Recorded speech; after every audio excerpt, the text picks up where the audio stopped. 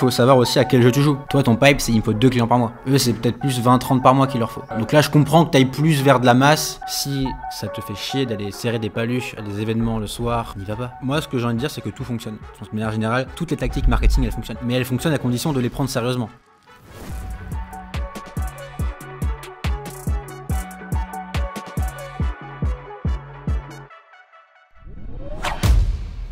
Salut tout le monde, j'espère que vous allez bien, moi je pète encore le feu. On est au 3e épisode de Braise, la chaîne sur comment faire ses premiers pas en tant que freelance indépendant de la manière la plus simple possible. On est déjà au 3e épisode, ça file vite et heureusement parce que là on va s'attaquer à un gros du morceau, tellement que j'en ai dédié 2 épisodes entiers, à savoir la prospection. La prospection, c'est quelque chose qui rebute pas mal. Moi le premier, j'avais pas envie de m'y mettre, je procrastinais à longueur de temps.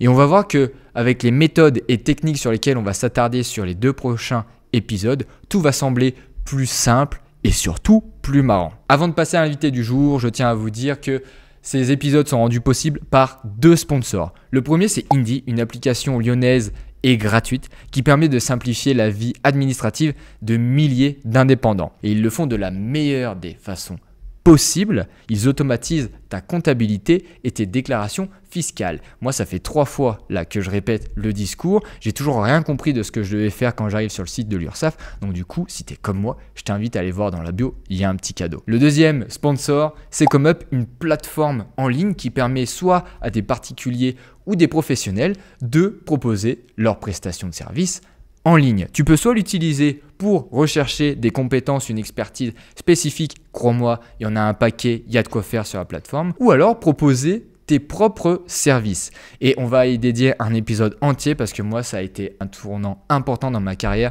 d'indépendant. On revient sur l'invité du jour, il s'appelle Valentin. C'est celui qui se tient un petit peu comme ça sur sa photo de profil LinkedIn. Valentin, il a été nommé par je sais plus qui sur LinkedIn comme l'artisan du web. Il a commencé en tant que freelance copywriter et il s'est dit ensuite qu'il avait envie de créer plein de choses. Il s'est lancé dans le bootcamp, puis il a créé un accélérateur pour les gens qui veulent apprendre à écrire en ligne et à en vivre. Il a aussi une newsletter, une deuxième qui, elle, permet de connecter les indépendants et les entreprises qui ont des besoins spécifiques sur l'écriture. On comprendra qu'il y a un petit fil rouge tout au long de sa carrière sur l'écriture en ligne. J'en dis pas plus, il y a beaucoup de choses à raconter sur Valentin, je vais le laisser s'exprimer un petit peu.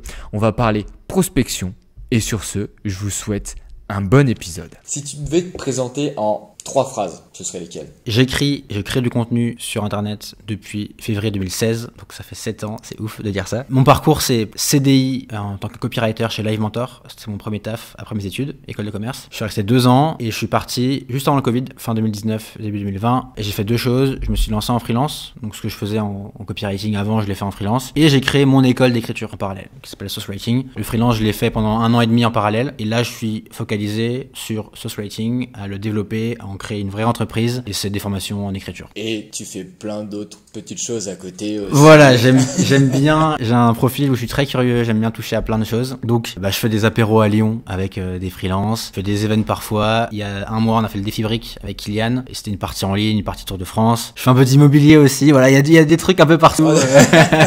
Slasher professionnel, quoi. Ouais, je sais pas si c'est le mot slasher, mais en tout cas, entrepreneur qui aime faire plein de projets. Tu dors combien de temps par nuit? Je dors très bien, je fais très attention.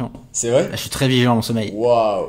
Ce sera peut-être un prochain sujet, ça. Parce que vraiment, la productivité et puis garder une hygiène de vie correcte, ça va pas toujours ensemble. Si t'as le choix entre bosser 1 heure de plus le soir et grappiller sur ton sommeil versus moins bosser, aller bien dormir pour être en forme le lendemain, l'option numéro 2, c'est la meilleure. Aujourd'hui, si tu revenais en arrière et que tu te donnais un conseil à toi-même, un seul élément où tu dois te focus pour avoir les résultats les plus rapides, ce serait sur quoi? Sur quelle activité tu te concentres? Sur ma liste email. Sur ta liste email? Ouais. Vas-y, explique. Bah ouais, mais en fait, quand t'as un business en ligne, la liste email, c'est le truc le plus important que tu peux avoir. C'est l'asset le plus résilient que tu peux construire. Il t'appartient. Tu dépends d'aucune plateforme. Et l'email, ça reste à la fois le canal pour engager ta communauté, pour créer du lien avec les gens qui te suivent. Et c'est un canal de vente. Moi, mon entreprise, elle repose énormément sur ma newsletter et ma liste email. Et quand j'étais chez Live Mentor, c'était pareil. On disait toujours, si demain la liste email disparaît, le business, il est terminé. Il est mort. Ok, d'accord. Je caricature un peu, mais on était là-dedans. Aujourd'hui, c'est pareil. Si tu m'enlèves ça, je me dis putain, je suis vraiment dans la merde. Et donc, ce que je ferais, j'ai la chance d'avoir démarré ma liste email assez tôt. Pareil, quand je me suis lancé, j'ai vite vu que c'était un sujet clé où tous les créateurs avaient une liste email, ils disaient tout ce que c'était important. Donc, je l'ai lancé. Par contre, j'aurais mis plus de focus, plus d'intensité, parce qu'en fait, la taille de ton business, je pense que ce serait intéressant d'aller regarder, mais la taille des solopreneurs en France, de leur business versus leur taille email, leur liste email. Ouais. Il y a une vraie corrélation. Là, aujourd'hui, moi, je me pose la question de la véracité d'une newsletter, tu vois. Je suis le premier à recevoir une newsletter et un peu grincer des dents en mode « Oh putain, encore une, j'ai pas envie de la lire, tu vois. » Et c'est pour ça que je suis un peu réticent avec ce modèle-là, mais je l'entends de plus en plus que ça revient vraiment très très fort. Et là, au vu de ton discours, en fait, c'est jamais parti, en fait. C'est ce que j'allais dire. En 2016, les gens disaient pareil. Ils disaient, ah, les newsletters, ça me saoule, qui lit ça? Tous les créateurs, tu prends n'importe qui. Ils ont tous une newsletter, ils chérissent tous leur liste email et c'est l'asset clé. Après, ça dépend de ce que tu fais aussi. Si toi, tu fais que de la prestat de service, à nuancer, c'est moins utile. Par contre, si tu vends des produits, si tu vends du coaching, la formation en ligne, en fait, c'est là que tu vends, quoi. En tout cas, tous les plus gros en France, hein. Mais oui, ils ont tous leur newsletter à ne pas sous-estimer, du coup. Là, on va attaquer le gros du sujet, là. Je mets un petit peu de contexte. On est là pour parler de comment obtenir ses premiers clients en prospectant. LinkedIn va arriver très vite sur la table. Très très vite. Mais l'objectif, c'est de donner les thématiques, les méthodologies minimum pour que demain, un indépendant complètement junior puisse avoir le minimum de connaissances pour débuter sa carrière. J'avais l'ambition de renommer le podcast le MVP du free. Ça va ressortir autrement. Là, le contexte, c'est que Cédric vient de nous expliquer comment construire son offre, comment la rendre crédible, comment trouver son prix, comment se comparer. Là, du coup, aujourd'hui, on a tout ça, on sait ce qu'on vaut et on sait ce qu'on vend. Quand on veut prospecter, généralement, on commence par quoi? On commence déjà par savoir qui on veut toucher. Évident, simple, mais si on part du principe qu'on a une offre, c'est-à-dire qu'on sait qui on aide, quel problème on résout. Je pense que quand on vend de la prestat de service, comme toi en ghostwriting, comme beaucoup de gens qui vont regarder le podcast, je pense, il faut comprendre que la prospection, c'est pas un jeu de volume pour moi. Alors, dans un second temps, la prospection, c'est d'abord un jeu de à quel point tu personnalises et ton message, il est bien ciblé pour la bonne personne. Prenons un exemple, t'es ghostwriter dans un domaine précis, par exemple l'automobile, prenons ça au hasard. Ton champ d'entreprise que tu vas cibler, le but c'est de le restreindre au maximum. Pour toi déjà, savoir qui tu vas démarcher, et ensuite pour toi pour être pertinente pour ces boîtes-là. Sur pareil, si tu viens en disant je suis ghostwriter généraliste, ok, ça peut marcher, mais si tu dis je suis ghostwriter pour les boîtes d'automobile qui font ce genre de produits pour ce type de clients-là, bah, si t'es dans ces clients-là, boum, tu crées un lien tout de suite. T'es plus crédible, t'es plus légitime. Donc ça, c'est la première étape. Ok, donc réduire vraiment ta liste de personnes vraiment pour que tu sois hyper niche à la limite. Ouais, parce que en fait, c'est pareil, si je te dis là, va prospecter des gens, si t'as tout l'univers entier, par où tu démarres? T'es perdu devant l'immensité. Choisis un segment. Je vois souvent des freelances qui se disent ah, mais j'ai 3 ou 4 thématiques, ou ah, moi je fais ça, et puis je fais ça aussi, et puis je fais ça aussi en même temps, tout en même temps. C'est très dur de faire plein de choses en même temps. C'est assez dur comme ça de pousser une offre et de vraiment la cartonner. Si tu fais 3 offres en même temps, c'est super compliqué. Donc moi, ce que je recommande, c'est choisis un segment par rapport à ton expérience, tes appétences, ce que tu as fait avant, ce que tu aimes faire, ce que tu veux faire, ce que tu sais faire. Un peu un mix de tout ça. Appuie-toi là-dessus. Si t'es passionné par le future of work, appuie-toi là-dessus. Et va identifier 10, 15, 20 boîtes dans ce domaine-là avec lesquelles tu aimerais travailler. Ouais. Ça, c'est la première étape. Pour donner un exemple assez concret, moi, les boîtes qui me répondent, bizarrement, elles travaillent toutes dans le secteur en lien avec mes expériences Bien sûr. d'avant. Mais c'est logique. Parce qu'en fait, j'ai déjà une base de crédibilité sur laquelle je peux m'appuyer et on parle le même langage, en fait. Exactement. Donc, segmenter hyper fort. Je redis un mot là-dessus, sur le truc du segment. On attache beaucoup d'émotionnel à ça, en disant ah, c'est mon identité, c'est qui je suis, c'est si je bosse pas avec ces acteurs-là, en fait, toute ma vie de freelance est remis en question. C'est un truc que je vois souvent, qui est pas dit comme ça, mais on sent ça.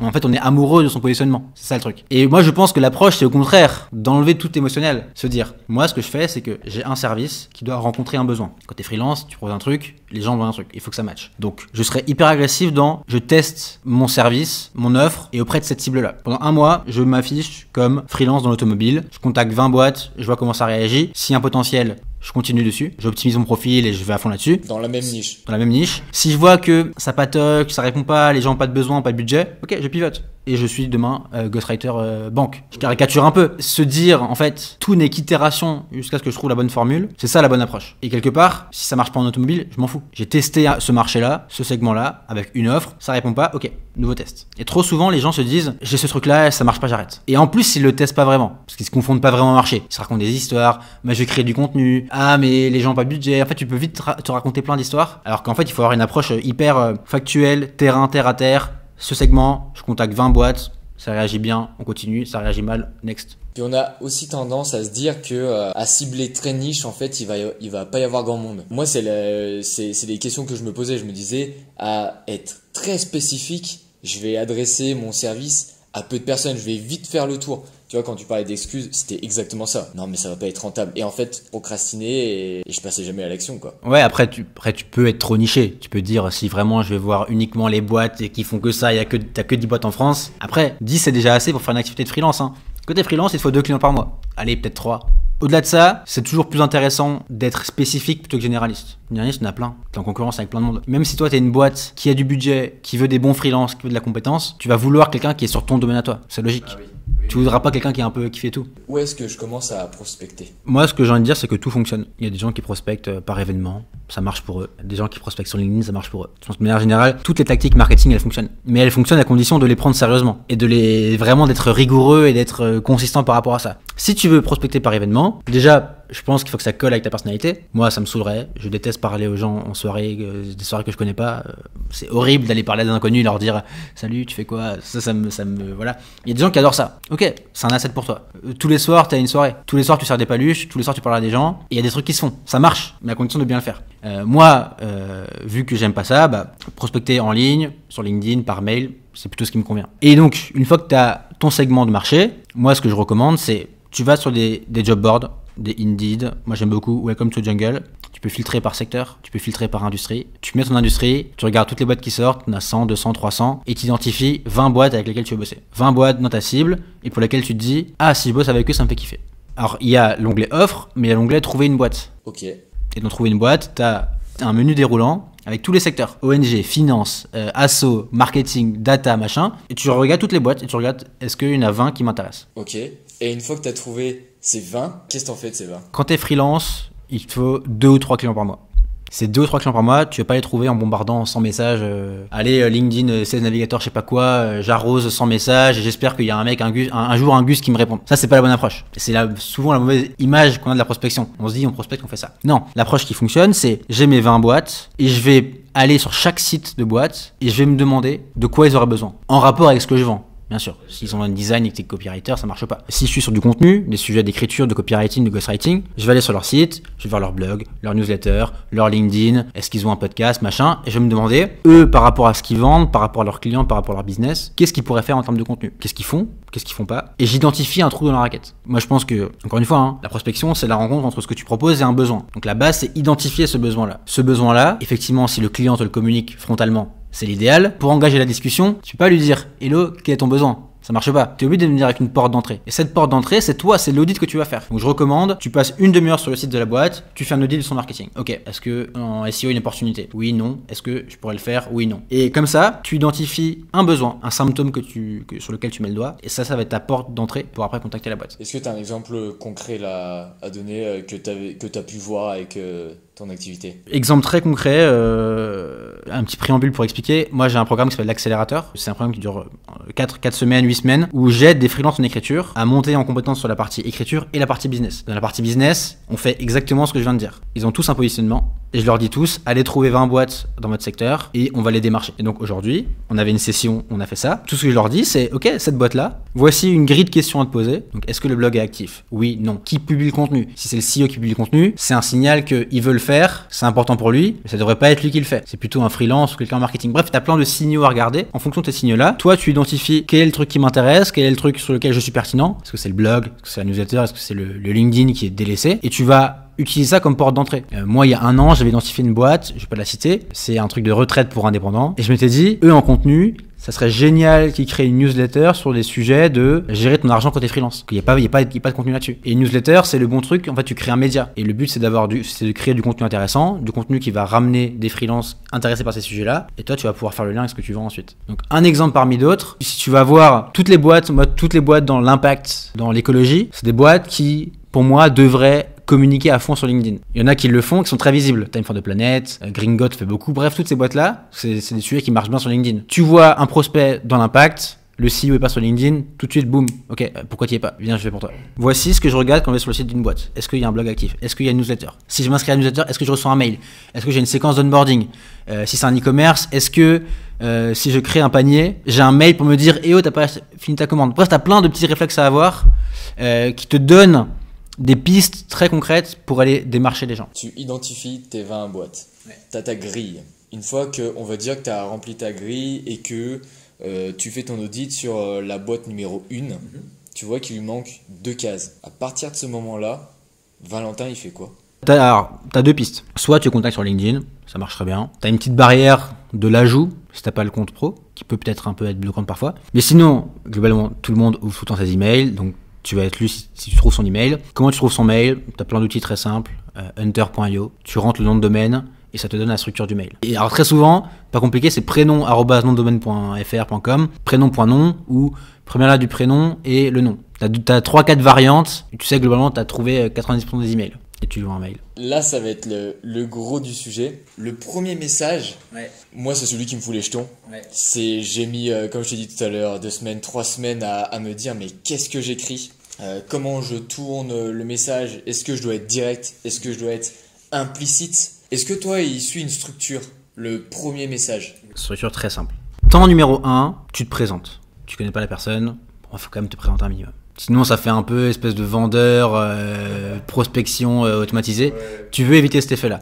Donc, tu te présentes en 2 lignes. 2 lignes max. Pour moi, il y a 3 infos à communiquer. Qui tu es, donc ce que tu fais, ton métier. Je suis ghostwriter. Ton positionnement. Donc, si c'est une boîte de l'automobile, je suis ghostwriter spécialisé dans l'automobile, blablabla. Tu cibles par rapport à ton prospect, même si c'est pas vrai. Et tu essayes de renvoyer peut-être 1 ou 2 éléments de crédibilité. J'ai bossé 5 ans en tant que X dans cette boîte-là. J'ai notamment bossé avec X acteurs connus du secteur. Tu as plusieurs moyens de le faire, mais idéalement pour montrer que, ah ok, c'est pas un rigolo. Ton numéro 2, ce que j'appelle le moment waouh. Un truc que fait ton interlocuteur, la boîte, cette personne-là, qui t'a marqué. Pour montrer ce que tu veux faire, c'est montrer que tu t'es vraiment intéressé à la boîte, tu as fait tes devoirs, et que c'est pas un mail automatisé envoyé à 100 boîtes. Ah, j'ai vu que vous aviez une nouvelle offre pour ce personnel-là, super intéressant parce que là. J'ai vu sur votre blog qu'il y a ce contenu-là, bravo parce que cet article-là, je trouve que par rapport à votre cible, c'est bien pensé. J'ai vu sur LinkedIn que vous avez levé des fonds. Là, tu trouves un truc, tu montres que voilà, la boîte t'intéresse vraiment. Je trouve que votre produit par rapport au marché, il est différent. Bref, tu montres que vraiment tu as fait un effort et que tu contactes cette boîte pour une raison précise. Point numéro 3, c'est là que tu arrives dans l'audit que tu as fait et la solution que tu peux apporter. En allant sur votre site, je me suis rendu compte qu'il n'y avait pas de livre blanc. Pourtant, en B2B, pour vous, des livres blancs, ça peut être un bon moyen de récupérer des prospects qualifiés pour entretenir votre pipe avec les commerciaux. Blablabla. J'ai vu que vous n'étiez pas présent sur LinkedIn. Concurrent XYZ est très actif, c'est une bonne stratégie pour faire XY. Tu essaies de mettre en avant des bénéfices que ça peut apporter. LinkedIn, ça peut te faire découvrir, asseoir ta marque, bref, tous les trucs de ton métier. Est-ce qu'on peut en discuter? Qu'en dites-vous? Présentation, moment waouh, le problème que tu peux résoudre et la solution que tu peux apporter et proposer un call. La partie sur la crédibilité, sur un petit peu, j'ai travaillé avec un tel. Alors moi, je sais pas toi, mais le moyen que j'ai trouvé pour le contourner, c'est pas vraiment une solution de contournement simple, mais en gros c'est de trouver des premières mules. L'astuce que j'ai réussi à faire, c'est de travailler pour des potes. Le tout premier, je travaillais gratos. Le deuxième, j'ai réussi à me faire payer. Et en fait, en faisant ça, déjà tu vas gagner en confiance. Moi j'ai cassé un petit peu ce syndrome de l'imposteur. Et derrière, comme tu l'as dit, tu peux le dire dans le mail. Si la boîte est pas connue, comme la plupart du temps, ça va arriver, tu peux mettre en fait, j'ai travaillé pour tel client qui travaille dans tel secteur. Tu as plusieurs manières de le faire. Idéalement, tu as des clients dans le secteur, donc tu peux citer des clients. Si tu as bossé dans le secteur avant, même si c'est pas en tant que marketeur, copywriter, rédacteur, bah c'est quand même pertinent, parce que ça montre que tu connais le secteur. Et puis, autre truc, si jamais tu fais de l'article de blog et que tu n'as rien à montrer, et bah crée-toi un putain de blog et écris sur ton secteur. Tellement pas assez de gens le font, alors que c'est la base. Et t'as un truc de serpent qui se mord la queue de mais j'ose pas démarcher parce que j'ai pas d'expérience. Et les gens me trouvent pas crédible. Et ben crée-toi une putain d'expérience. L'avantage de l'écriture, c'est que tu peux te créer ton truc. Ton portfolio, tu peux le créer. Pareil en ghostwriting. Si t'as pas de posting à montrer, et ben écris-en 100 et il y en a 5 qui seront bons et tu montreras les 5. Le principe de la mule, moi c'est vraiment ce qui m'a débloqué quoi. Parce que derrière, quand j'étais en rendez-vous client, ça c'est un autre sujet, mais j'ai pu en parler et tout de suite, l'autorité que tu instaures, c'est pas du tout la même chose. Tu passes d'un stagiaire qui a jamais eu d'expérience pro à un mec qui sait ce qu'il fait en fait. Du coup, t'envoies ton mail, pas de réponse. Qu'est-ce que tu fais? Moi, je conseille de relancer au moins 2 fois. Plus, après, ça devient quand même un peu intrusif, je trouve. C'est quoi le laps de temps Je trouve que la première relance, 1 semaine après, c'est bien. Et après, tu vois, 2-3 semaines après, tranquille. Ce qui peut être bien, c'est si t'as envoyé le premier mail sur le premier contact par mail, tu peux aller sur LinkedIn pour relancer après, pour essayer de toucher par un autre canal. Ça marche bien. Tu croises les canaux. Voilà, l'enjeu, c'est être régulier dans la relance et être rigoureux. Parce qu'il y a 1000 raisons qui fait qu'une personne ne te répond pas. Malade, journée charrette, ton mail est passé à la trappe parce qu'il y a eu plein de trucs qui sont arrivés, congé maternité, pas la bonne période, pas le bon moment. Il y a 1000 trucs qui font que ça peut pas. Offre-toi une seconde chance de au moins de relancer. Et puis t'as des malins mais qui se disent ok, viens me chercher quoi. Si tu veux la mission, viens me chercher. Donc relance-moi. Ouais, il y en a, ils attendent. Bah ouais, il y en a qui attendent. Ok, vas-y, tu veux le truc, bah viens le chercher. Si tu t'envoies qu'un mail, bon bah ok. T'as pas vraiment envie d'avoir la mission quoi. Sur ta séquence, mail, relance, message LinkedIn. J'aime vraiment bien le concept. Je pense que je le teste à la fin de cette interview. Allez, ce soir, go. Ce soir, je te donne la réponse.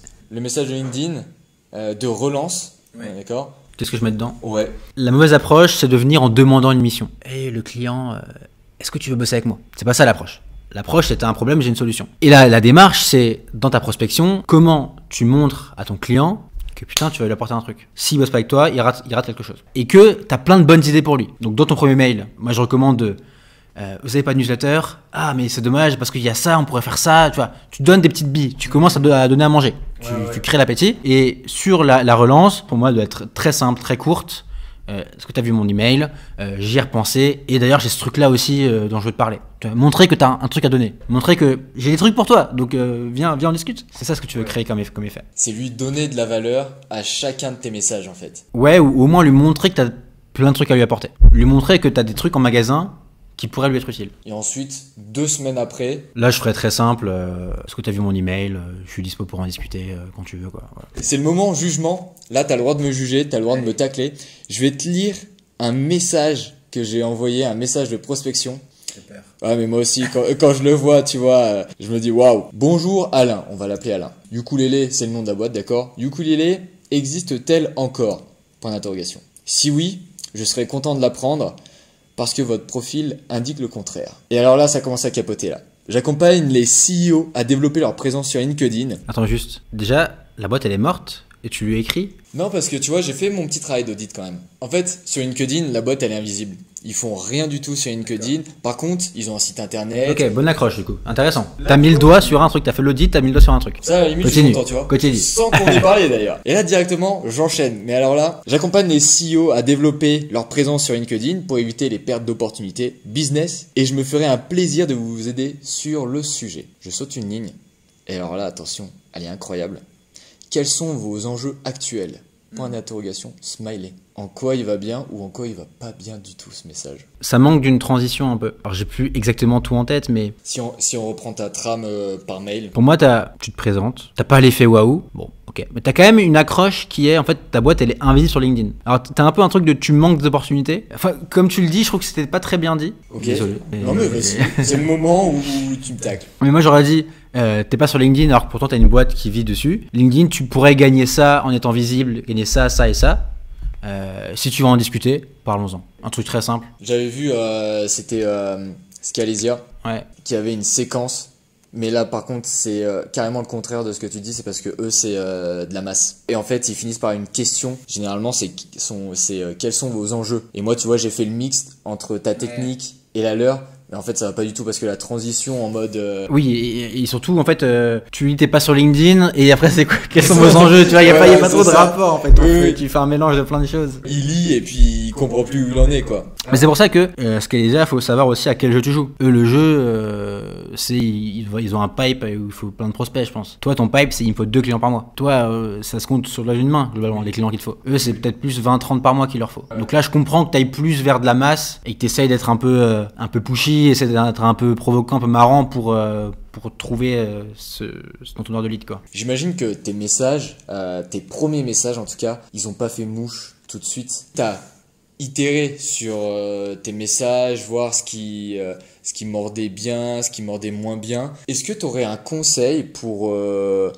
ceux qui débutent d'analyse, de voir comment tu peux améliorer la pertinence de tes messages. Je viens de dire que si tu suis la structure que j'ai donnée, t'as pas besoin de te poser 1000 questions. En fait, je vois l'envie d'essayer de faire un peu de l'A/B test en te disant, ok, j'ai 10 fois ce message, je change une phrase, il y a 10 fois ce message. Ça, tu peux le faire. Je pense que c'est une bonne idée. Ce qui est difficile, c'est que il y a tellement de variables dans le truc que c'est dur d'avoir. Soit tu t'envoies 1000 mails et effectivement t'as 500, là t'as de l'info un peu quanti pour faire une décision, mais si t'envoies 10 et 10, bon bah en fait pour vraiment prendre une décision tranchée de ça marche pas, c'est compliqué. Je le ferai un peu, je regarde ce qui marche, je regarde ce qui marche pas, je regarde ce avec quoi je suis à l'aise aussi. Je pense qu'être à l'aise avec ce que t'envoies, c'est un signal qui est important. Okay. Toi si t'es pushy, un peu comme ce que tu m'as montré, là ça va encore, mais si t'as un truc un degré en plus dans le pushy, dans le provoquant, mais que toi profondément t'es pas à l'aise, le fais pas. Si tu sens que dans ton style, t'as envie d'avoir ce côté punchy, t'as envie d'avoir ce côté je viens de chatouiller un peu, ok, bah assume-le et dans ta prospection, fais-le aussi, quoi. Et ça, tu vois, c'est un bon point que tu soulèves, ça, parce que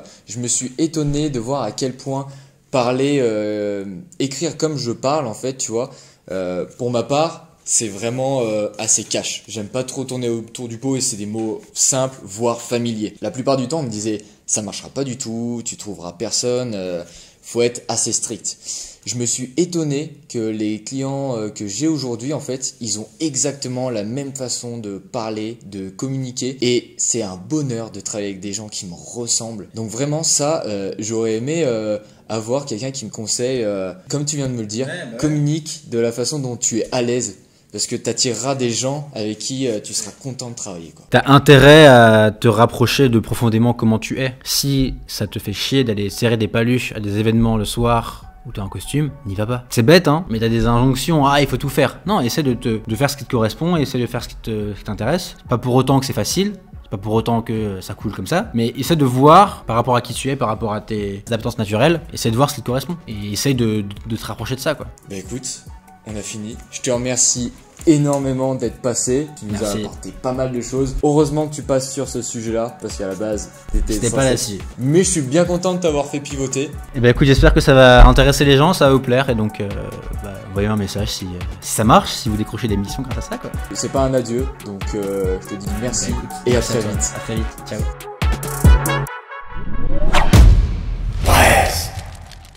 J'espère que l'épisode vous a plu. Likez la vidéo, commentez, abonnez-vous pour que je puisse continuer à vous produire le reste. Et en plus, on est gâté, on est en partenariat avec la Cordée de Lyon. Donc la Cordée, c'est un coworking qui est présent dans toutes les plus grosses villes de France qui vous permet de venir travailler au calme et surtout éviter la solitude de l'entrepreneur. Sur ce, je vous laisse et je vous dis à la prochaine.